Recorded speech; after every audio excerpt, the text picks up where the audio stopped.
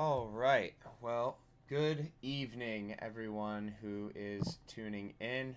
Today you have Hamaro, Salpy, Bob Loki, and Shaper from the Adventure Together team. And tonight we're going to be going through a few updates. We're going to go over some Adventure Together manufacturing and fulfillment updates, and then we're going to talk a little bit about the upcoming web store, which Salpy will cover. So, welcome. It's going to be a short stream tonight, but if you have any questions, please feel free to put them in the Discord. If you are in Discord, please feel free to put them in the YouTube chat, and please feel free to put them in the Facebook chat, and we will be actively answering them as we go. So without further ado, let's start tonight's adventure. So we sent an update about 2 days ago to the community where we are with manufacturing and fulfillment. So if you've seen that update, this might be a little bit of a rehash of information, but we wanted to make sure that we still talked about it tonight to make sure that everybody who has questions and concerns can raise them and we can adequately give you answers and make sure that you're aware that we are 100% working day and night to make sure that all of your Source, Time Strike, Source Golf, grip mats, all of your products are in hand this year, guaranteed. So I'm going to hand it over to Shaper to kick us off a little bit. Thanks, Nick. Yeah, so if, just to echo that, if you guys already saw the update video, this might be a bit redundant. However, on this stream, we're going to be open up to questions. So ask us at any point. Stop us if you have any questions about, what we're going to talk about.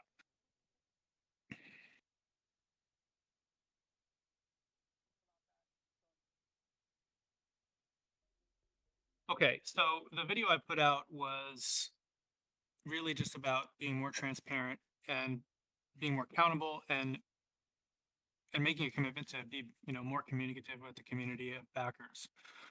We know a lot of you don't, a lot of the folks that backed us on crowdfunding don't always see these streams and don't always engage with us as frequently as a lot of the members in our Discord community and elsewhere. So we want to make sure that we are always communicating with them whenever there's something that happens that has an impact on the campaign.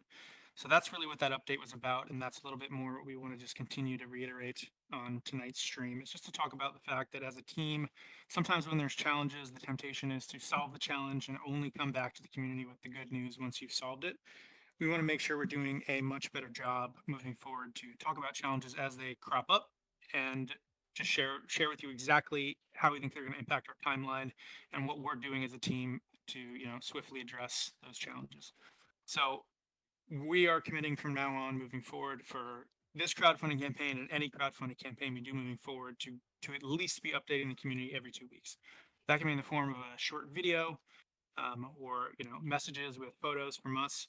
But we want to make sure that you guys are kind of on this journey with us, and you're seeing behind the scenes everything that we're working through when we're working through it. We never want you to feel like we've been absent, or for you to lose faith in our ability to execute on the vision that we put forth in the campaign. So we had a whole bunch of challenges, and we want to talk about what those challenges were, between successful funding and now delivering to backers. One So one what other was that? thing, real quick, Chris, Yep. that I want to add is, we were trying to give you everyone updates as to when we were going to fulfill, and every time we were giving it our best estimate at the time based on the information we had. Something for future crowd funds as well as this one as we finalize is the dates, the timeline we are giving you is now something that we are going to adhere to as tightly as possible so that we don't have to push dates multiple times, which is where we know a lot of frustration came from. So in addition to that accountability, better communication and transparency, we're also going to try and be more accurate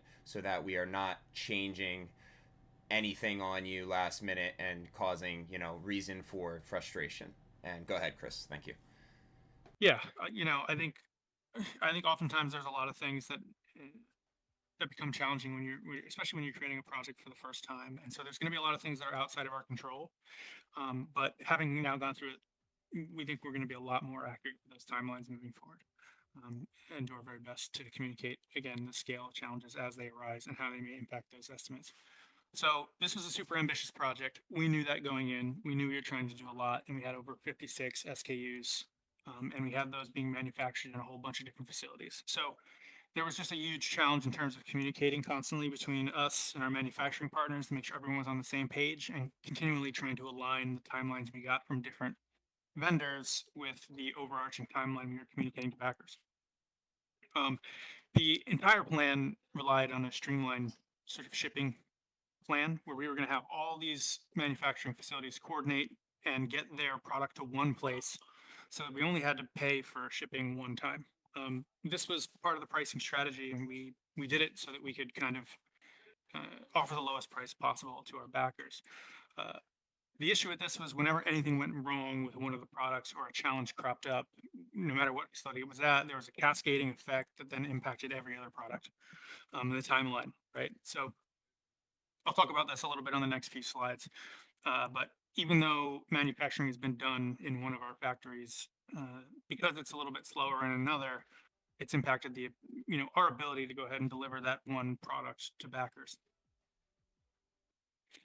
So what were some of the challenges? The first was time. Uh, Oh, let me pause. We had a question that I wanted to bring up before you start the next slide. So Nova Noof says, "Will the tariffs affect Kickstarter backers once the time to ship comes?" yeah. So to the best of our knowledge and from what we've heard from our fulfillment partners, the category of product that we are dealing with will not be impacted by tariffs.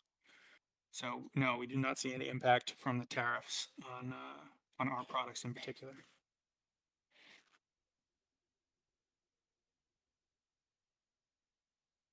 All right, I think you can keep going now, Chris. Okay. So yeah, so the first challenge was really Time Strike. We had unlocked a whole bunch of new game modes, a solo mode and a cooperative mode as part of our stretch goals. And I'll let Tony speak to this a bit as well. But basically, the process of play testing that, making sure that it was balanced, working very hard to make sure that we were delivering, game modes that we were confident and could stand behind and say, yeah, you know what, these are really great additions to the overall game experience, was super important to us. And it took us way longer than we expected. We did not want to ship something that was half baked, or that we did not put a lot of thought into, and we did not like rigorously test.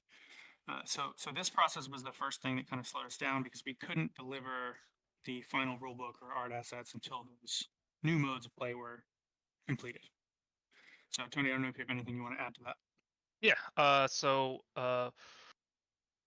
Trying to remember exactly what we said as the stretch goal, but the boss raid game mode was added. This is a cooperative or single player mode where you can pick a team, you can play with friends, you can play by yourself, but you're going to draw a couple of characters, a couple of survivors to take on the big baddie, Fear. So this was something that didn't previously exist, and as we were testing it, we kind of built it a bit differently as far as the way the boss moved and mechanics worked. But from that to the boss battle royale mode, and what we found is we started to like kind of the new direction we were taking. So not only did it take some time to create the new boss raid mode, but it was also coming back and making it synchronized as far as how everything works, from item usage to turn taking to how you're drawing cards for the boss, to synchronize those game modes so they both work the same way. No, the rule book shouldn't be any different from what we posted. Tails asked. But that's what took some extra time. And then also what we did was we made Fear, our big boss, his own character card, because the other mode we added was the skirmish mode, and we now made Fear as a playable character and added a point value system for the skirmish mode, so that when you're playing, you can pick X amount of characters. And right now, the big baddie Fear, he costs about 3 times as much as the other characters, so he'll have a little 300 on him. The other characters have a 100 on them. For the most, so that was another system that we had to create as far as like people that just wanted to skirmish, and you can skirmish with little beasts that are worth 50 all the way to the big Fear that's worth 300. And then also syncing how all the rules for that mode, the boss battle royale and the boss raid, all worked in cohesion, so that you didn't have to remember so many different things between when you're jumping between different game modes.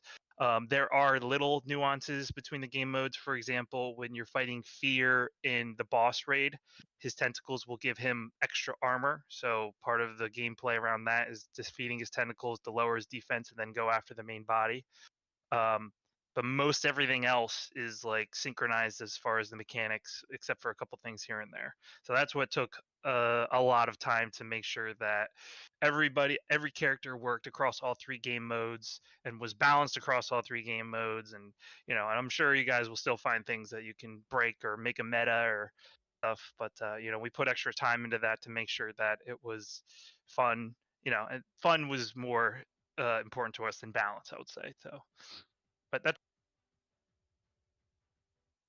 Yeah, and then the last thing I'll add is basically, manufacturers have a lot going on and a lot of products and a lot of different customers that they're working with. So typically they won't start producing any of your products until they have absolutely every piece of all of your products, and they'll do it all in one go. This is so that, basically they can keep their machines running as frequently as possible instead of running them, pausing them, running them, pausing them. So in order to create new modes and update rule books and art assets, it did have a significant impact on the timeline. But again, we prioritized what we thought was most important, and that was going to be the gameplay experience that you guys were going to ultimately get. Okay, next on the list is the foundation redesign, or the redesign. So while we were unlocking things in the stretch goals, we realized that Time Strike, all that was designed to play for Source, we wanted you to be able to play it even if you don't have Source, or even if you just back Time Strike. And we know a lot of people had a lot of different interests in a lot of different things that we were offering in the campaign. So that was pretty important to us, that when you got Time Strike, you could play it even if you hadn't backed Source. This also ensured that game would have a retail life. So we'd be able to sell it in retail. It's a little difficult to sell Time Strike to retailers if they don't also stock Source, because then you'd be buying a game you can't play out of the box. And so we knew that would be an issue. So we came up with this idea of the Source Foundation, which was originally this idea for like this fold out cardboard version of Source that had die cut hexes. And would allow you to then take Source if you had it and stack that on from there. But if you didn't have Source, you'd still be able to open it and play the game. You would have water on it, so it worked with the mechanics of the game. And then we included sort of like cardboard pop out pieces that represented resources. So you're still able to gather resources, you're still able to go fishing, and the game would still play even if you didn't have Source. The problem we encountered with this, although it seemed like a good idea and our manufacturers thought it was as well, when we tried to cut the molds, the die cut molds out of the cardboard, we realized that the spacing in between hexes was just insufficient, and the gap was too wide, so we couldn't be precise enough with that. And basically what happened was, as we tried to cut into the cardboard, we started to realize like this is not going to be compatible with source hexes and tiles, and that was kind of a deal breaker for us. So we ended up having to spend a couple of weeks and explore a whole bunch of different materials and approaches to the, which technology we could use to manufacture this. And what we ultimately landed on is what you see here in these videos in the bottom right, which is basically a form of thermoform plastic, which we were then able to print seamless biome artwork on, and uh, and get to be precise so that your hexes and your tiles would sort of stack on top from here. I'm really excited about this development actually, because I think there's a lot of really cool use cases for these sort of fold out boards, and we can scale them up quite a bit. The fun challenge we're trying to tackle with these now is how do we make them scalable, so you could put two of them next to each other and they just organically kind of can create this really quick base layer, something you can pack up and move around quickly and then play with source on top. So blessing in disguise that this took the time that it did, because we got to kind of investigate and innovate a bit on how we think source can create all sorts of different products that are compatible with it. Next was the packaging, right? So we had hex box packaging as our first approach to how the individual biomes and tiles would be sold.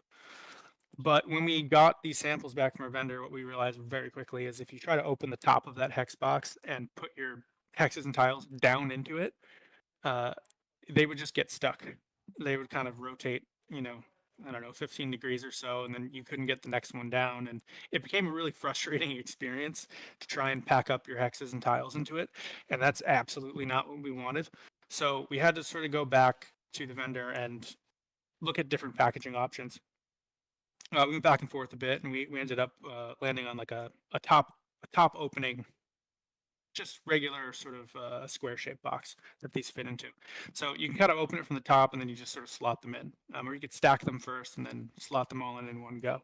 But either way, it's a lot easier for you to pick up hexes and tiles and put them back into the box and take them out, which was important for us. So we spent a little bit of time going back and forth on that. And then the other thing was we have 5 themes and 4 different variations of hexes and 2 different variations of tiles in each box, just for the starter. And when we were talking to the vendor about the quantity of backing that we had for each of those products, what we quickly we realized we didn't meet the MOQs for a lot of them, because some themes performed a lot better than other themes. And so when we went to talk to the vendor, they were sort of like, yeah, you know what, we can't actually accommodate this low volume of an order for, let's say, I don't know, this mushroom path, right? It's just not enough boxes, this one individual box. So we realized that was going to be a problem, and we had to sort of pivot quickly to, all right, well, how do we get standardized interior packaging for all of the themes, but still have unique exterior packaging, and also still be able to sell these hexes and tiles on their own separately. So the solution ended up being this standardized package approach, and then we would apply the biome type with a sticker or a label and a barcode and an SKU on it after the fact. So this did create just some complications in kind of the workflow and the way that stuff was going to be made, right? We needed to then train the staff to package differently and apply the stickers in the right way and organize those differently than we'd planned. It wasn't as visually simple as just look at the box, then look at the hex and put it in. So yeah, we worked back and forth a bit to come up with the right solution. We had to design some new packaging, and then we had to test that print, get that shipped back to us, make sure that it was up to our standards, and proceed from there. So those were the challenges with that. Then we had some challenges with Sorpgal. Basically, the whole print run was done. They'd done all the product, and they sent us some photos for us to approve. And I noticed just from one of the photos, you can see that in the bottom, that all of the golf balls were perfect circles. Now, we'd sent a bunch of renderings with, the golf balls with the flat bottoms, but I think it was just a miscommunication or something that was kind of overlooked. So ultimately, we had to get rid of all the balls we'd already made and then find a solution to, without adding too much cost and without needing to tool up an entirely new part, because there is no standardized golf ball with a flat bottom. And so, yeah, we looked back and forth until we finally found a solution that allowed us to just sort of take spherical things and make them flat. So the golf ball is going to be the same as anticipated. They'll all be colored differently, but if you see that video on the top right there, we arrived at a solution that's really nice. If they were just perfect spheres, they just kind of roll around on source and it would kind of break the way the game is meant to be played. So that took us a bit of time to solve. The next was grip mats. So the printing of the hex overlays on grip mats was something we had to spend a lot of time to sort of dial in. Now, Break from Reality Games is the team that's making these, and so I was just communicating back and forth as much as possible about exactly what the size of the hexes were, exactly what the size of the tiles were. But the real challenge here is that when you're printing on neoprene, you kind of have the mat stretched out, and so after printing is done, if the art file is exactly precise, there's a bit of shrinkage. So what you have to do is sort of account for that shrinkage beforehand. At least this is my understanding from communicating with Eric over there at GripMats. You have to sort of account for that shrinkage and alter the digital files slightly so that once they're printed, it comes back to form and is the right size. So this was super challenging. We went back and forth on this. We worked with our engineer, obviously, to get the hex overlay to be identical to how the hexes and tiles were designed. But it took a long time to sort of nail down what the accuracy of that was going to be. The next challenge we came up against, and this was sort of as we were heading into this year, the beginning of this year, is that the EU and the UK passed new regulation for packaging and labels in December. We were obviously super unaware that this change was coming. It was sort of in the fine print and some announcements they had made. But some of our partners reached out to us and mentioned that this was coming and that we needed to address it. The problem was by the time we found out it was coming, everything had already been printed, all the boxes. So we had to scramble pretty quickly to find solutions. And obviously we weren't going to reprint the boxing, and the packages for everything because it would have taken several months. So what we did was we sort of reached out to some local partners in each one of these regions, asked for their advice and what they had seen other products and projects do to sort of solve for this. And we found some great solutions that they offered up to us. And we're able to kind of keep the packaging the same way, but still meet the legal requirements for doing that. And then we were rushing to get this compliance problem solved as we were approaching the Chinese New Year. Everybody was working full steam at all of our manufacturing partners to try and hit this deadline so that we could get all the product on freight before the holiday shutdown happened. But we just didn't get it sorted in time. So what ended up happening is the Chinese New Year is about 15 to 16 days. So we missed the deadline, and then therefore that added about 15 to 16 days to the total timeline. And as soon as the holiday was done, everybody got right back to work. And now we're happy full to steam announce, ahead. yeah, and now we're full steam ahead, exactly. So happy to announce that basically everything that was a challenge has finally been solved, and we're at the place where all source manufacturing is completely done. And we have about 3 days left for the games production to be fully completed. As soon as that's done, it's shipped to that singular location with where all the products is waiting right now. And I could jump back, I guess, to this slide to show you. Everything you see there is source, just packed up in boxes, ready to ship. This is literally. It's like half a ton, right, Chris? No, it's more. No, half a ton is 100. Just 100 sets is half a ton. So this is probably several tons of product sitting in these boxes, and it's all going to go in one giant 40-foot freight container. Is what everything's going to be loaded into eventually.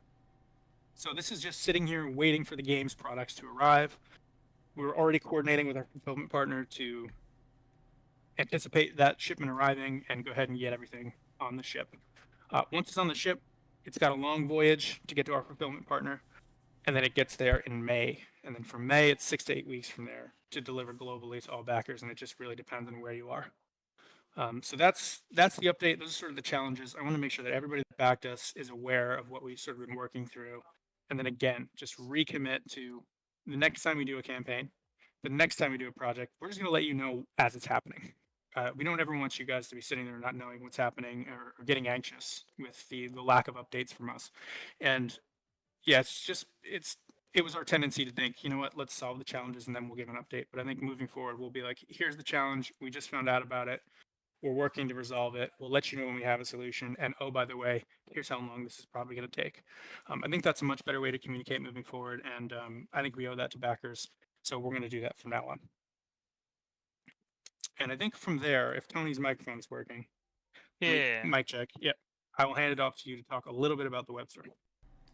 So, real quick, we have a question Hold from on, we have another question. Nova. Yeah. So Nova, right now, we're not prioritizing any countries per se, but we do know that the United States will be first to fulfill because our fulfillment facility is in Florida.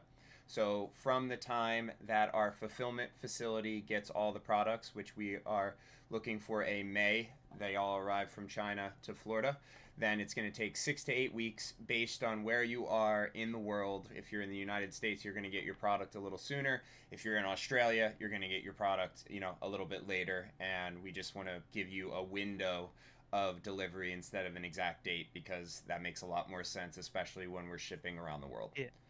And I also think they're splitting up the Yeah. order too. Yeah, there's some they work with other fulfillment partners around the world. So some portions of the shipment will be in fulfillment centers. They're a bit closer to some of our backers. But again, it's very difficult to estimate from that point. All we can tell you is we know when fulfillment will settle. And from there, it's 6 to 8 weeks is the estimate they've given us for that's when everything should be done. But we'll make an announcement the second it's all landed, and we'll say to everybody like, hey, just keep your eyes on your emails for tracking updates or an email from our fulfillment partner letting you know your stuff is on the way. And it'll just be rolling out over the course of those weeks. All right. We're going to talk about the web store that Shaper has been working on diligently. So we have our updated Adventure Together website, or the new web store, coming this March. At the start, it's going to come. It's only going to have like merchandise available, but it's also going to have information about like Time Strike and Source Golf, as far as if you're trying to find rule books or character information or lore, stuff like that. So it's going to let you dive into some of our games. It'll let you look at, he's showing right now like shirts and pants and artwork and whatever else. So we're going to have some stuff up for Adventure Together, Source, and Time Strike. But more excitingly, the month leading up to our delivery date, so that's still up in the air. So we want to make sure it coordinates exactly to when we find out when everything ships and when it's. We lost you, Salpy. You cut out Selfie.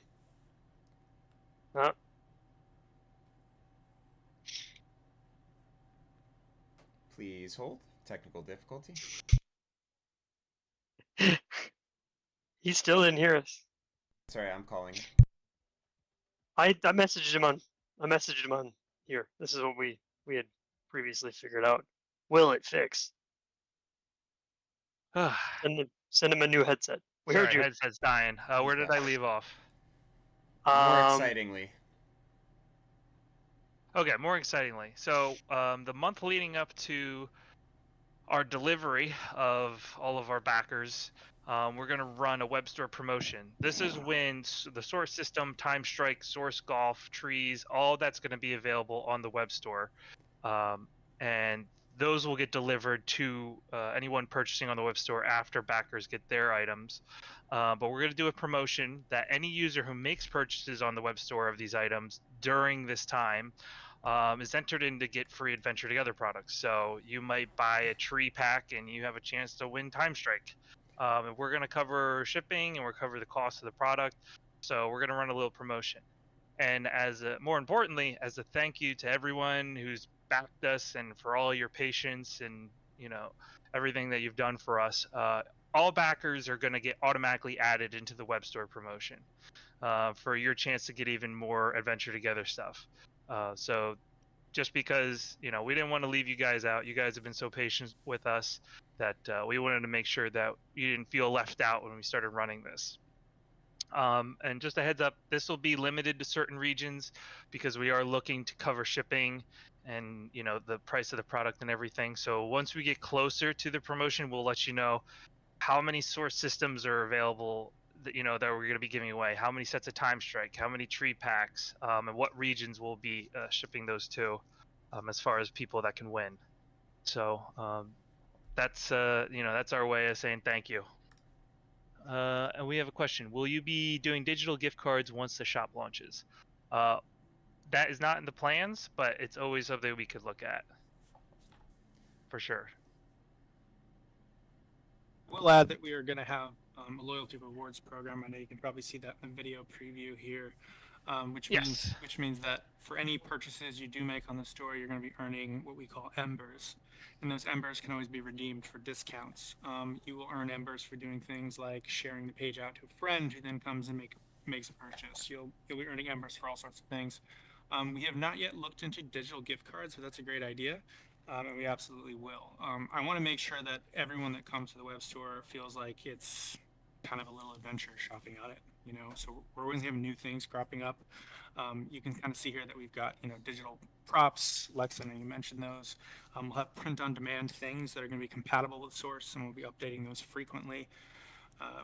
You know, so yeah, there's going to be a lot of fun things that are going to be happening on here, and it's going to be sort of a living, breathing website that we're constantly updating and adding new and fun and interesting ways for you to sort of shop our products and also earn loyalty and rewards. But one of the best ways to sort of earn those rewards is going to be sharing out stuff. Just getting someone else to come to the store and back some Source products is a great way. You're going to be able to bundle things together. Get discounts for bundling things together. So we really want to make this a great shopping experience for you guys. But digital gift cards is a good idea. I will add that to a list of things I look into. Yeah, I think the Embers is going to be a fun gamified way to interact with the website, especially for those of you who are looking to buy just, you know, some cool artwork or maybe a t-shirt. And then if you want to share with your friends and say, hey, you know, you've been looking for Source, they have it up on their website now. You can easily copy, and it almost works like a built-in referral link. And you can send it out to your friends, and then you'll get rewarded based on who you point towards the website. So we, as always, are driven by the community. Without all of you, this can't happen, and you guys have made it happen. So we want to make sure that everything you do that supports our vision and Adventure Together is rewarded, even when you're just sending links out to your friends. Yeah, and the plan for this is obviously to launch as soon as possible. So while we don't have all of our product in stock, as you guys know, whatever we know we have in surplus will be available in some way, shape, or form for pre-order. So if you have friends or anyone you know who wanted to back us but didn't have the opportunity, and we get messages from folks all the time saying they wish they'd caught the campaign. Yes, there will be big people sizes, Lex. All the swag goes up to, down to extra small and all the way up to 3 or 4 XLs. So you'll be able to get the swag no matter what. But what was I saying? Oh yes, the the product will be, as it's rolling in, we'll be updating the stock, but we will allow for pre-orders for that surplus product if you want to come in and grab stuff before it's actually at the fulfillment center. We're going to do our very best to make sure that the store is always in stock with the things that people seem to like the most and are buying the most. But we'll send out updates to everyone in the community, and we'll continue to do streams like this frequently so we can let you guys know what to expect and when to expect it on the web store. Beautiful. So where we are today is Time Strike and Source Golf manufacturing is supposed to be completed in the next 3 business days. Source sets all completed manufacturing. As you can see in that image there, we have tons, literally, of Source sitting in boxes waiting to be sent out. Certification and testing is underway. It will have no impact on our shipping. And then grip mats, many of you have already been posting in the Discord that you've received your grip mats. They are being fulfilled as of now. So you should have received tracking numbers. I believe most of the shipping that they're doing is through FedEx, but if it's going internationally, you might get different tracking numbers. So you should be getting your grip mats sooner than later. And like we mentioned earlier, our freight to fulfillment facility, we're targeting March 2025. We feel very strongly that that is exactly when it's going to happen. Then it will take until May to actually arrive at our fulfillment center. And then 6 to 8 weeks from arriving at the fulfillment center, you can start expecting your packages to arrive. So we are at the finish line for Source, Time Strike, Source Golf, and all of our add-ons to start making it to backers soon. I know it's not as soon as everybody would have liked, including us, but they are coming. They are coming, and we are very, very excited because we have been working our butts off to make sure that you are going to open your boxes and feel the premium experience that Source and Time Strike and all of our products will offer. And we have paid incredible attention to detail to make sure that you have an amazing experience when you get your products. So to answer a quick question from Justin, any update on the date for Muddy Battlefield? No, not a firm one. And we want to be more firm on our timelines. So I will say for now that it is. We will see. I think that there's a couple of ways we could decide to launch that. It could just be something we do and then let people pre-order, or it could be something we crowdfund at a later date. I'm not sure. I know there's a lot of demand for that one. I'm also really, really excited about Money Battlefield. Your sticker packs and your source sets should give you a little sample of what they're going to look like, and so play around with those. But no firm update just yet. We want to stay focused on what we've got in front of us. We've got a lot of challenges as we just talked through, and we just want backers to know we're focused on delivering on our promises to you. It's the most important And thing to us. I think We're another not losing thing that to focus. add there's like you brought this up, Nova. We also want the product ourselves. So That's right. there's a big difference. Is like there's a lot of those Kickstarters you'll see is like, yeah, they could run away. No, I want the product. I want to play the game. I want this stuff. We all So want it, I hope you do too. I think we can do that, Lex. I think Shaper. Lex's question was, have you shown pictures of what the train looks like with the stickers? I think we've done that in the past, but I think we can do that again. I don't know if we can do that right now, but I think we can get that to you in the Discord if you're in there. Yeah, I think there's a really exciting sort of future for using stickers to customize at home as well. I will say it's just going to depend on the printer that you use and the quality of the print. It's never going to match one-to-one with the technology we use to apply biomes on our side. You will be able to notice the difference. But it depends on the print quality that you are using. So if it's at home and you're just using an LCD printer, it's not going to be fantastic. If you're using a more advanced printer, it could get very close. What I can say is we'll do our very best to make sure that it's pretty close. But yeah, the difference in printing technologies is it's always going to be tricky to really get that perfect. I will say that the vinyl stickers are matte, so they should have a very similar finish quality, right? You're not going to have like a very glossy sticker versus a totally matte resin finish. But yeah, they're not going to be one-to-one.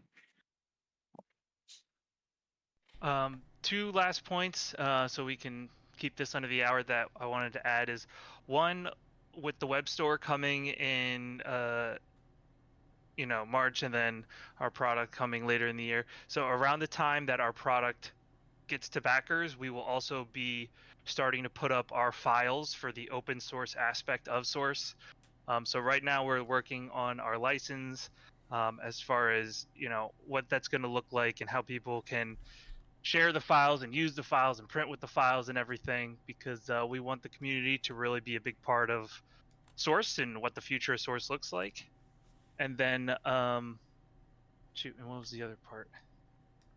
And for those of you that are like us, that have been just dying to get Source, make sure you sign up for the alpha testing for the Source builder, the Source sandbox, because unfortunately we don't have the physical, but at least you can play with it digitally and start building out your maps.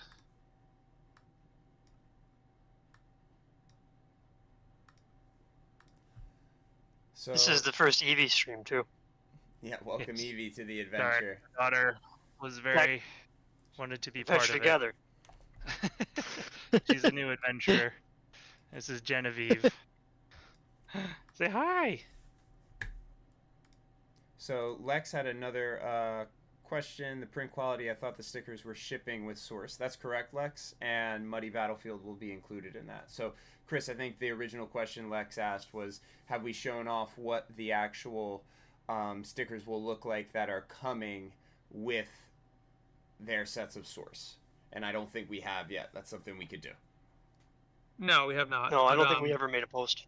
No, we haven't made a post, but we'll do that. Oh look. So All right. thank you everyone for attending. We're gonna keep this short tonight. If there's any other questions, our Discord is always open. We are hyperactive in there. You can join at discord.gg/adventure together. And keep an eye on your GameFound and Kickstarter pages. We are going to be providing updates, like we said, every 2 weeks moving on, and more frequently if we can, of course, if new information presents itself that if impacts our backers in any way. We promise you that Source and Time Strike and Source Golf and all of your amazing orders and backer efforts are coming to you soon. So thank you so much for being a part of the adventure. We are, tirelessly working, and we will continue to do so to make sure that you have the best experience possible. So thank you, everyone. Let's adventure together and have a Let's wonderful adventure together. and let's have a wonderful night. Thank you.